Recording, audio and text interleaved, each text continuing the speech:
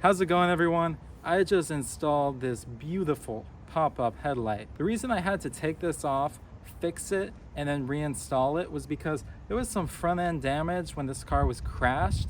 It didn't damage the headlight too much, but when I got it, it was missing this upper cover, it was missing the bezel, and the headlight assembly was slightly cracked, so the headlight was just kind of flapping in the breeze. It also had the mounting bracket on top broken. Now, I could have gone to fixed headlights and not even repaired this one, because it would have been a little bit easier. I might have saved a little bit of money, actually.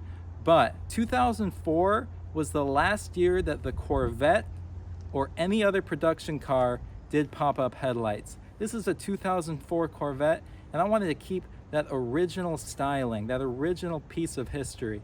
I think it's kind of important. So for that reason, the work I did was I got a new bezel, I replaced them on both sides so they're even.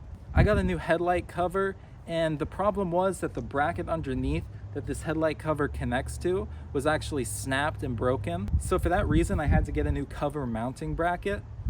Also, this assembly piece under here that you can't see was snapped, so I had to JB weld it back together, and it's pretty solid. That stuff can weld stuff together pretty good, so it's not flapping in the breeze anymore. And then I just mounted it back up. It's super easy when you have the bumper off to access the mounting screws back here. A lot of people have to take the headlight out and then take the bracket out. When I had the bumper off, I could just take the bracket out. I didn't record as much of working on this project as I would have hoped, but moving forward, I'm going to be recording a lot more behind the scenes to show you the projects we get into.